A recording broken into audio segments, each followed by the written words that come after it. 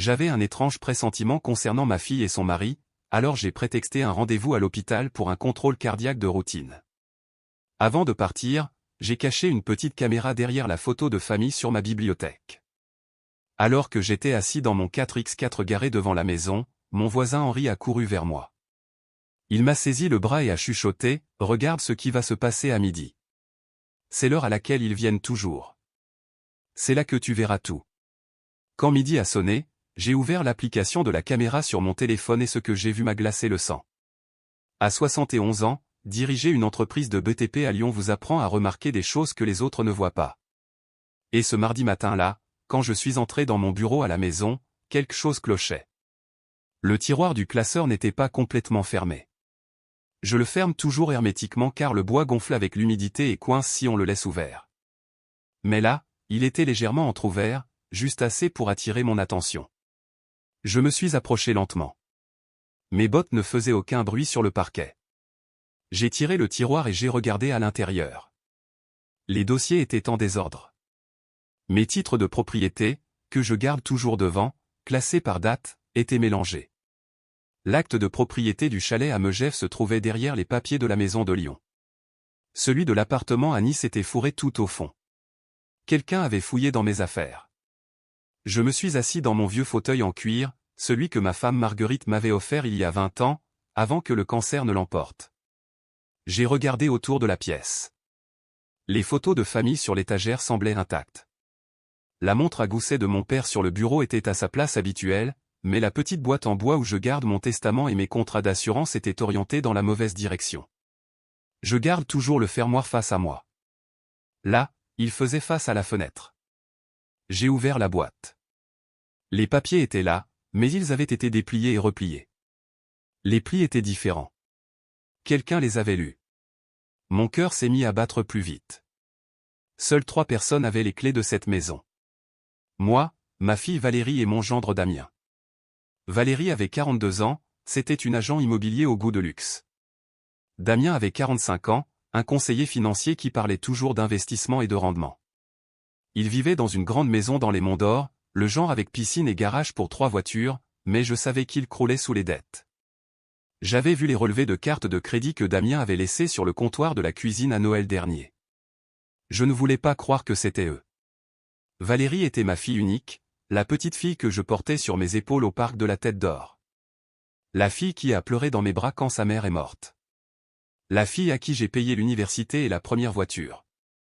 Mais les preuves étaient là. J'ai repensé au dîner de dimanche dernier chez eux. Nous étions assis dans la salle à manger, mangeant du saumon que Damien avait grillé sur son barbecue sophistiqué. Valérie m'a versé un autre verre de vin et a souri. « Papa, as-tu pensé à ta succession dernièrement ?» J'ai levé les yeux de mon assiette. « Qu'est-ce que tu veux dire ?»« Eh bien, tu sais, tu vieillis. Il serait peut-être temps de simplifier les choses. Peut-être vendre l'entreprise, vendre quelques propriétés, profiter de ta retraite. » Damien a hoché la tête avec enthousiasme. « Elle a raison, Jacques. Tu as travaillé dur toute ta vie. Tu mérites de te détendre. Laisse quelqu'un d'autre s'inquiéter pour le business. » J'aime mon travail, ai-je dit. Ça me maintient en forme. Mais à ton âge, a continué Valérie, les choses peuvent changer vite. Et s'il t'arrivait quelque chose? Ce serait plus facile pour tout le monde si les choses étaient déjà réglées. Plus facile pour tout le monde ou plus facile pour eux? J'avais changé de sujet et fini mon dîner. Mais les mots sont restés en moi, tournant dans ma tête comme des vautours. Maintenant, assis dans mon bureau avec les documents déplacés devant moi, les pièces du puzzle commençaient à s'assembler. Les questions sur mon patrimoine, les commentaires sur mon âge, les papiers fouillés. Je me suis levé et j'ai marché jusqu'à la fenêtre. Dehors, la pluie tombait doucement sur les cèdres de mon jardin. J'avais construit cette maison il y a 35 ans de mes propres mains. À l'époque où Dubreuil Construction n'était que moi et 2 ouvriers. Maintenant, j'avais 40 employés, des contrats dans toute la région Rhône-Alpes et des biens valant des millions. Je n'étais pas prêt à abandonner, et je n'étais certainement pas prêt à être mis sur la touche. J'ai pris mon téléphone et j'ai appelé Henri, mon voisin depuis 20 ans. C'était un gendarme à la retraite, 73 ans, toujours aussi vif. Il a décroché à la 2e sonnerie. « Jacques, comment vas-tu ? Henri, je dois te demander quelque chose. As-tu vu quelqu'un venir chez moi quand je ne suis pas là? Il y a eu un silence. Viens me voir. On devrait parler en personne. J'ai marché jusqu'à la maison d'un accent grave côté et j'ai frappé. Henri a ouvert la porte et m'a conduit à sa cuisine. Il a versé 2 tasses de café et s'est assis en face de moi. Je ne voulais rien dire, a-t-il commencé, parce que je n'étais pas sûr de ce que je voyais. Mais ta fille et son mari passent beaucoup ces derniers temps. Toujours quand tu es au travail. Parfois, ils amènent un autre homme avec eux. Un grand type, costume gris, qui porte une mallette. Mon estomac s'est noué. À quelle fréquence? 3, peut-être 4 fois au cours des 2 dernières semaines. Il reste 1 heure ou 2. Je les vois entrer avec l'homme et ressortir l'air satisfait. Sais-tu qui est l'homme? Non, mais il conduit une Mercedes noire avec un macaron d'avocat sur le pare-brise. J'ai noté son numéro de plaque. Il a fait glisser un morceau de papier sur la table. Je l'ai pris. Merci, Henri. Jacques, quoi qu'il se passe, sois prudent. La famille peut te blesser plus que n'importe quel étranger. J'ai conduit jusqu'au bureau et je me suis assis à ma table. Ma chef de projet, Hélène, a remarqué que quelque chose n'allait pas. Ça va, patron? Vous avez l'air pâle. Je vais bien, juste fatigué. Mais je n'allais pas bien. J'étais tout sauf bien. Cet après-midi-là, je suis allé dans un magasin d'électronique rue de la République et j'ai acheté une petite caméra sans fil de la taille d'une boîte d'allumettes. Le vendeur m'a montré comment la connecter à mon téléphone, comment la régler pour enregistrer les mouvements et sauvegarder les images sur le cloud. Je suis rentré chez moi et j'ai caché la caméra derrière la photo de famille. L'objectif était invisible entre le cadre et le mur. De cet angle, elle pouvait voir tout mon bureau. Ensuite, j'ai passé un coup de fil. Valérie, c'est papa. Salut, papa. Tout va bien? Oui. Oui. Je voulais juste te dire que j'ai un contrôle cardiaque demain. Le médecin veut faire des tests. Je serai à l'hôpital la majeure partie de la journée. Oh non. Est-ce que c'est grave? Juste la routine. À mon âge, ils veulent tout vérifier. Je serai probablement là jusqu'au soir. Veux-tu que je vienne avec toi? Non. Non. Ça ira. Tu as du travail. D'accord, papa. Appelle-moi quand tu as fini. J'ai raccroché et j'ai respiré profondément. Le piège était tendu. Le lendemain matin, j'ai quitté ma maison à 9 heures. J'ai conduit jusqu'à l'hôpital, je me suis garé sur le parking et je suis resté là 10 minutes. Puis je suis retourné dans mon quartier et je me suis garé dans une rue latérale d'où je pouvais voir ma maison, mais d'où il ne pouvait pas me voir. J'ai attendu. À 11h30, une BMW argentée s'est garée dans mon allée. Valérie est sortie du siège conducteur. Damien est sorti du côté passager, de la banquette arrière, est sorti un grand homme en costume gris portant une mallette en cuir. Ils ont marché jusqu'à la porte d'entrée. Valérie a utilisé sa clé. Ils sont entrés. J'ai ouvert l'application caméra sur mon téléphone. L'image était claire. Ils étaient dans mon bureau.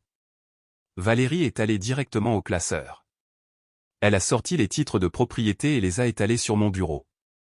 Damien et l'avocat se tenaient derrière elle, regardant par-dessus son épaule. Tout est là, a dit Valérie. La maison, le chalet, l'appartement, les parts de l'entreprise. L'avocat a ouvert sa mallette et a sorti une pile de documents. J'ai préparé les formulaires de transfert. Tout ce dont nous avons besoin, c'est sa signature. Il signera, a dit Damien avec confiance. Une fois que nous l'aurons convaincu qu'il doit aller en maison de retraite, il signera n'importe quoi. Maison de retraite? Les mots m'ont frappé comme un coup de poing dans la poitrine. Êtes-vous sûr qu'il sera d'accord? A demandé l'avocat. Valérie a ri. Un rire froid que je ne lui avais jamais entendu auparavant. Il n'a pas besoin d'être d'accord. Nous avons le docteur Morel avec nous. Il certifiera que papa souffre de démence précoce. Une fois que nous aurons ce diagnostic, nous pourrons obtenir la mise sous tutelle. Ensuite, nous contrôlerons tout. J'ai eu la nausée. Ma propre fille prévoyait de me faire déclarer mentalement incompétent, de voler le travail de ma vie, de m'enfermer dans un établissement pendant qu'il dépensait mon argent. Damien a pris l'acte de propriété de mon chalet à Megève. Celui-ci vaut à lui seul 2 millions. La maison de Lyon en vaut au moins 4 et l'entreprise, on peut la vendre pour 10, peut-être 12 millions. Plus tôt nous le ferons sortir, plus tôt nous pourrons commencer, a dit Valérie. Je les ai regardés pendant encore 20 minutes. Ils ont passé en revue les documents. Ils ont discuté du calendrier. Ils parlaient de moi comme si j'étais déjà mort. Quand ils sont finalement partis, je suis resté dans mon 4x4, tremblant. Pas de froid, mais de rage. Cette nuit-là, je me suis assis dans le noir dans mon salon. Je n'ai pas allumé les lumières. Je n'ai pas dîné. Je suis juste resté là à penser à ce que j'avais vu, à ce que ma fille était devenue. À quel moment l'avais-je perdue? Était-ce quand sa mère est morte et que je me suis noyé dans le travail pour échapper au chagrin? Était-ce quand je lui ai donné tout ce qu'elle voulait sans jamais lui apprendre la valeur de l'effort? Était-ce quand j'ai raté ses pièces de théâtre à l'école parce que je négociais des contrats? Était-ce quand j'ai payé son mariage avec un homme en qui je n'avais jamais eu confiance? Les questions brûlaient, mais les réponses n'importaient pas. Ce qui importait, c'était le présent. Et dans le présent, Valérie avait choisi sa voie. Le lendemain matin, j'ai appelé Maître Martin Chêne, mon avocat depuis 25 ans. Il avait géré tous mes contrats, toutes mes transactions immobilières, toutes mes affaires juridiques. Si quelqu'un pouvait m'aider, c'était lui. Jacques, qu'est-ce qui ne va pas? Tu as une voix terrible. Martin, je dois te voir aujourd'hui. C'est urgent. Viens à mon cabinet à 10 heures. Je suis arrivé à son bureau dans le centre de Lyon à 10 heures pile. Martin m'attendait avec une théière et une expression inquiète. Raconte-moi tout. Je lui ai montré la vidéo sur mon téléphone. Il l'a regardée 2 fois, son visage s'assombrissant à chaque visionnage. C'est de la fraude, a-t-il dit doucement. Association de malfaiteurs, abus de faiblesse, et s'il prévoit de falsifier un diagnostic de démence, c'est criminel. Qu'est-ce que je peux faire? D'abord, nous protégeons tes actifs. Aujourd'hui, nous allons tout transférer dans une structure protégée. La maison, le chalet, l'appartement, les parts de l'entreprise. Tu contrôleras toujours tout, mais légalement, les actifs seront bloqués. Cela signifie que même si Valérie obtient une tutelle sur toi personnellement, elle ne pourra pas toucher aux actifs de la société. Peut-on faire ça rapidement? D'ici la fin de la journée. Je vais faire jouer mes relations. Et eux? Qu'est-ce qui va leur arriver? Martin s'est adossé à sa chaise. Cela dépend de ce que tu veux. Si tu veux porter plainte, nous pouvons aller voir la police. Ils ont assez de preuves pour les arrêter. Arrêtez ma fille. Jacques, ce qu'elle fait est criminel. Ce n'est pas ta fille en ce moment. C'est quelqu'un qui essaie de te voler. Les mots coupaient profond, mais ils étaient vrais. Il y a une autre option, a continué Martin. Nous attendons. Nous les laissons faire leur mouvement. Nous les laissons présenter leurs faux documents et ensuite nous les prenons en flagrant délit avec des preuves irréfutables. Pourquoi attendre? Parce que pour l'instant, ils peuvent prétendre qu'ils discutaient juste d'options, qu'ils planifiaient. Mais s'ils présentent réellement des documents falsifiés, s'ils essaient réellement d'exécuter leur plan, c'est là que les accusations tiendront. C'est là qu'il n'y aura aucune défense. J'y ai réfléchi. Combien de temps? D'après ce qu'ils ont dit dans la vidéo, ils vont vite. Peut-être une semaine, peut-être 2. Ils ont mentionné le docteur Morel. Une fois qu'ils auront ce faux diagnostic, ils feront une demande au juge des tutelles. C'est là que nous intercepterons. Et d'ici là, tu agis normalement. Tu ne les confrontes pas. Tu n'éveilles pas les soupçons. Tu les laisses croire que leur plan fonctionne. J'ai hoché la tête lentement. Je peux faire ça. Une dernière chose, Jacques. Tu dois rester en sécurité. S'ils sont aussi désespérés, ils pourraient essayer d'autres choses. Reste chez un ami. Ne sois pas seul avec eux. Ce soir-là, j'ai fait un sac et j'ai conduit jusqu'à la maison d'Henri. Je lui ai tout raconté. Il a écouté sans m'interrompre, son instinct de flic prenant le dessus. Tu peux rester ici aussi longtemps que tu en as besoin, a-t-il dit. Et Jacques, je suis fier de toi. Peu d'hommes auraient le courage de faire ce que tu fais. Je ne me sentais pas courageux. Je me sentais brisé. Au cours de la semaine suivante, j'ai laissé la caméra tourner. Valérie et Damien sont revenus 2 fois de plus. Chaque fois, ils amenaient l'avocat, Chaque fois il passait en revue les documents et discutait des plans. Je les ai entendus mentionner une date précise. Jeudi prochain, a dit Damien. C'est là que le docteur Morel dépose l'évaluation. Vendredi matin, nous allons au tribunal pour la tutelle. Vendredi après-midi, nous contrôlons tout. J'ai appelé Martin. Jeudi, il bouge jeudi. Parfait. Je vais me coordonner avec la police. Nous serons prêts. Mercredi soir, Valérie m'a appelé. Papa, je dois te parler. On peut déjeuner ensemble demain. Mon cœur battait la chamade. Bien sûr, ma chérie. Où ça? Le restaurant dans le Vieux-Lyon. Celui que maman aimait bien. 13h, j'ai accepté et raccroché. Puis j'ai appelé Martin. Elle veut me voir demain. Qu'est-ce que je fais? Vas-y, écoute ce qu'elle dit. Enregistre la conversation, mais ne signe rien et ne sois d'accord sur rien. Le lendemain, je suis arrivé au restaurant à 12h50. Valérie était déjà là, assise à une table près de la fenêtre. Elle a souri quand elle m'a vu, ce sourire familier de son enfance, mais maintenant je voyais ce qu'il y avait derrière. Je me suis assis en face d'elle. J'avais mon téléphone dans la poche de ma veste en train d'enregistrer. Salut, papa. Merci d'être venu. Bien sûr. Tout va bien? Elle a tendu la main par-dessus la table et a pris la mienne. Papa, je m'inquiète pour toi. Tu as l'air fatigué ces derniers temps. Oublieux. Damien et moi pensons qu'il est peut-être temps pour toi de ralentir. J'ai gardé un visage neutre. Ralentir? Comment? Eh bien, peut-être vendre l'entreprise. Déménager quelque part de plus calme. Il y a de merveilleuses résidences pour seniors à Nice. Vue sur la mer, jardin, des gens de ton âge. Juste pour essayer. Juste pour voir si tu aimes ça. Et l'entreprise. Damien connaît des gens qui pourraient être intéressés pour l'acheter. Il te donnerait un prix juste et tu n'aurais plus à te soucier de rien. Je l'ai regardé. Cette étrangère portant le visage de ma fille. Et la maison? La maison est trop grande pour toi tout seul, papa. Tous ces escaliers, tout cet entretien.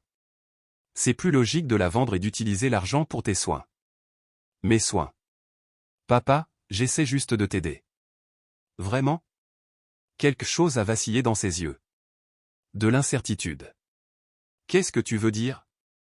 Je veux dire, essaies-tu de m'aider ou essaies-tu de t'aider toi-même? Elle a retiré sa main. Je ne sais pas de quoi tu parles. Je pense que si.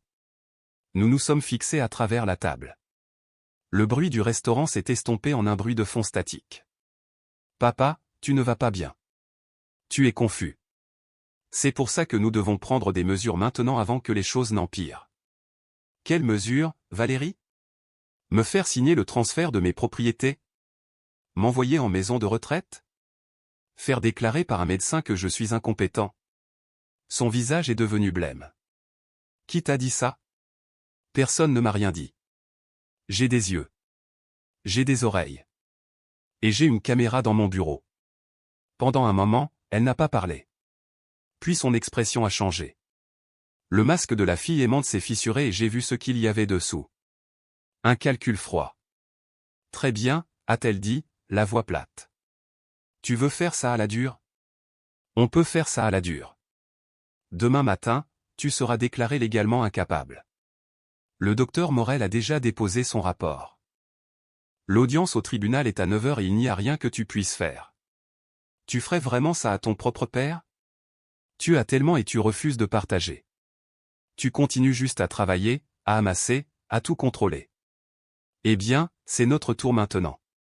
Le mien et celui de Damien. On le mérite. Tu mérites ce que tu gagnes. Tu n'as rien gagné. Elle s'est levée de table. C'est ce qu'on verra. Profite de ta dernière nuit de liberté, papa. Elle est sortie.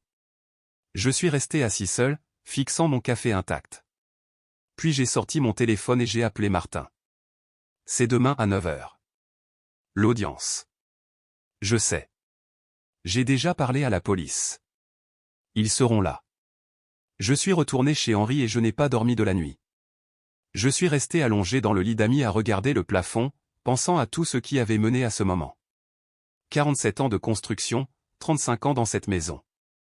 20 ans de souvenirs avec Marguerite. Et maintenant, tout se jouait demain. À 8h30 le lendemain matin, je suis arrivé au tribunal judiciaire de Lyon. Martin m'attendait à l'entrée avec 2 officiers de police. « Es-tu prêt ?» a-t-il demandé. Aussi prêt que je ne le serai jamais. Nous sommes entrés. La salle d'audience était au 2e étage. Par la petite fenêtre de la porte, je pouvais voir Valérie et Damien assis au premier rang. L'avocat était avec eux. Et à côté d'eux était assis un homme en blouse blanche. Le docteur Morel, j'ai supposé. Martin m'a pressé l'épaule. Attends ici. Laisse-les faire le premier pas, j'ai regardé par la fenêtre alors que l'audience commençait. L'avocat de Valérie s'est levé et s'est adressé à la juge, une femme dans la soixantaine aux cheveux argentés et au regard perçant. Madame la juge, nous sommes ici pour demander une mise sous tutelle d'urgence pour Jacques Dubreuil. Monsieur Dubreuil a 71 ans et montre des signes de déclin cognitif. Nous avons une évaluation médicale du docteur Morel confirmant une démence précoce. Compte tenu de son incapacité à gérer ses propres affaires, nous demandons que sa fille Valérie soit nommée tutrice légale avec plein pouvoir sur ses biens. La juge a examiné les documents. Ce sont des affirmations graves. Monsieur Dubreuil est-il présent?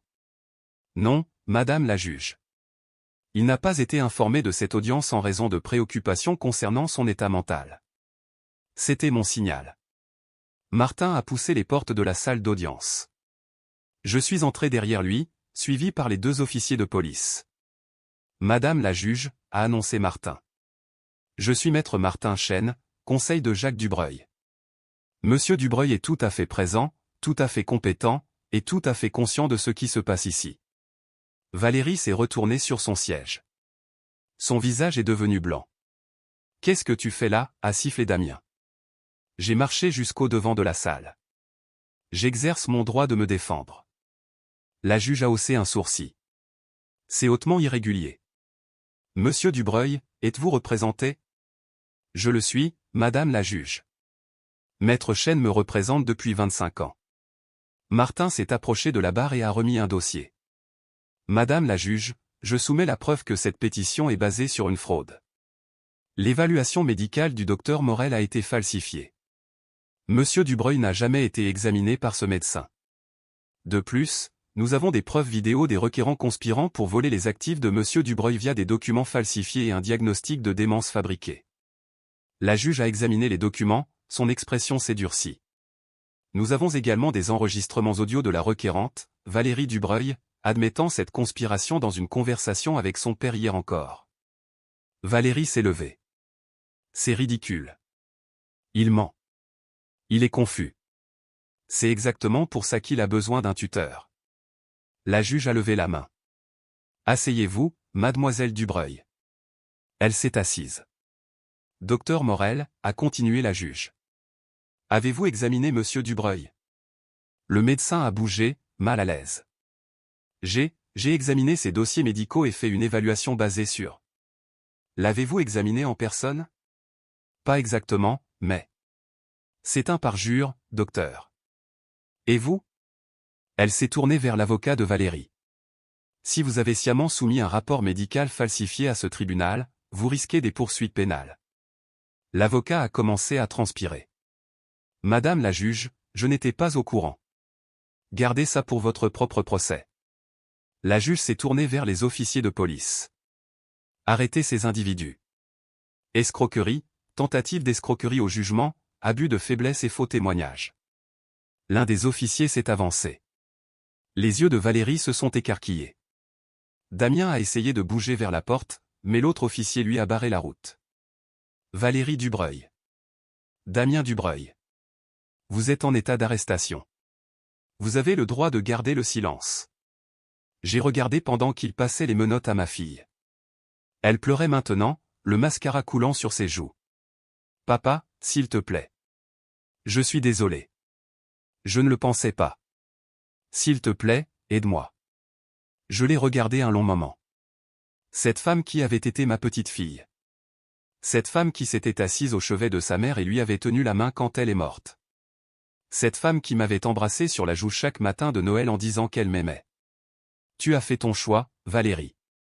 Maintenant, tu vis avec. Ils l'ont emmenée hors de la salle d'audience. Damien marchait derrière elle, tête basse, silencieux. L'avocat suivait, déjà au téléphone, appelant son propre avocat. Le docteur Morel a été escorté en dernier, l'air sous le choc. Quand ils furent partis, la salle d'audience est devenue silencieuse. La juge m'a regardé. Monsieur Dubreuil, je suis désolé que vous ayez eu à traverser cela. La demande est rejetée. Vos biens et votre autonomie restent intacts. Merci, madame la juge. Je suis sorti du tribunal avec Martin à mes côtés. Le soleil brillait pour la première fois depuis des jours.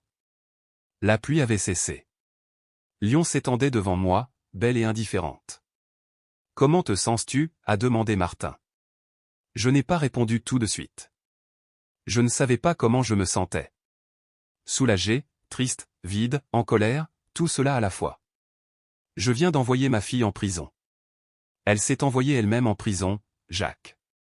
Tu as juste fait en sorte qu'elle ne s'en tire pas à bon compte. Nous avons marché jusqu'à sa voiture. Il m'a ramené chez Henri. 3 mois plus tard, le procès s'est conclu. Valérie a été condamnée à 4 ans pour fraude et abus de faiblesse. Damien a pris 5 ans parce que c'est lui qui avait coordonné avec le docteur Morel. Le médecin a perdu sa licence médicale et a pris 3 ans. L'avocat de Valérie a été radié du barreau et condamné à 2 ans. En les regardant être emmenés menottés, je n'ai ressenti aucune satisfaction, seulement une profonde tristesse vide. J'ai réintégré ma maison. Le tiroir du classeur fermait correctement maintenant. Les documents étaient en ordre. Tout était à sa place, mais le silence était assourdissant.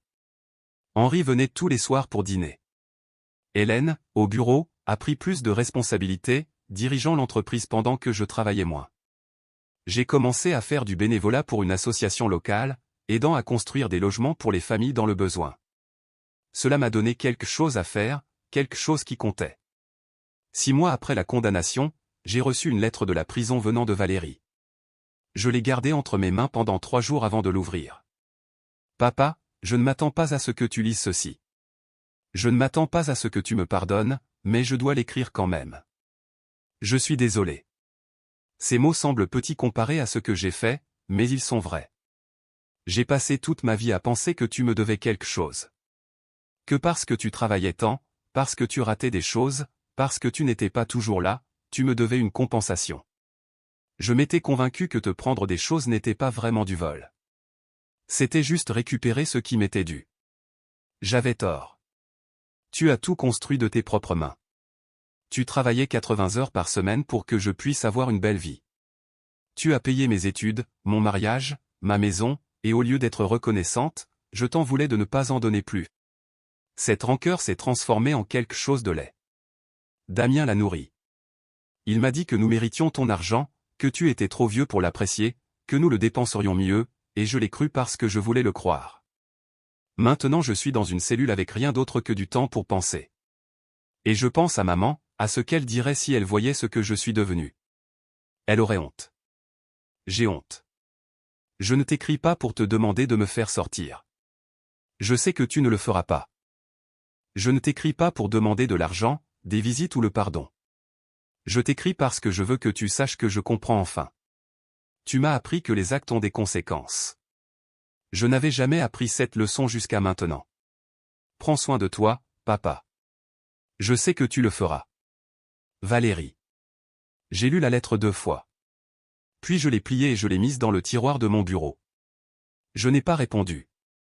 Peut-être qu'un jour je le ferai, mais pas encore. 2 ans ont passé depuis tout cela. Dubreuil Construction tourne toujours. J'ai promu Hélène au poste de directrice générale. Henri et moi dînons toujours ensemble la plupart des soirs. J'ai vendu le chalet à Megève. Il contenait trop de souvenirs de vacances en famille qui semblaient être des mensonges maintenant. Mais j'ai gardé la maison. Celle que j'ai construite de mes propres mains. Celle où Marguerite et moi avons élevé notre fille. Celle où j'ai appris la leçon la plus dure de ma vie. Parfois, la nuit, je m'assois dans mon bureau et je regarde les photos de famille sur l'étagère, Valérie bébé, Valérie à sa remise de diplôme, Valérie le jour de son mariage, et je me demande où j'ai fauté, ce que j'aurais pu faire différemment. S'il y a eu un moment où j'aurais pu la sauver de devenir celle qu'elle est devenue. Je n'ai pas de réponse. Peut-être qu'il n'y en a aucune. Mais je sais ceci, j'ai fait la chose juste, la chose difficile, la chose qui m'a coûté mon unique enfant. Et je le referai, car un homme qui ne défend pas ce qui est à lui n'est pas un homme. C'est une victime. Et je refuse d'être une victime. J'ai appris que le respect n'est pas quelque chose qu'on hérite. C'est quelque chose qu'on gagne. Que la famille ne se définit pas par le sang. Elle se définit par la confiance et la loyauté. Et que parfois, les gens qui sont censés vous aimer le plus sont ceux qui vous blessent le plus.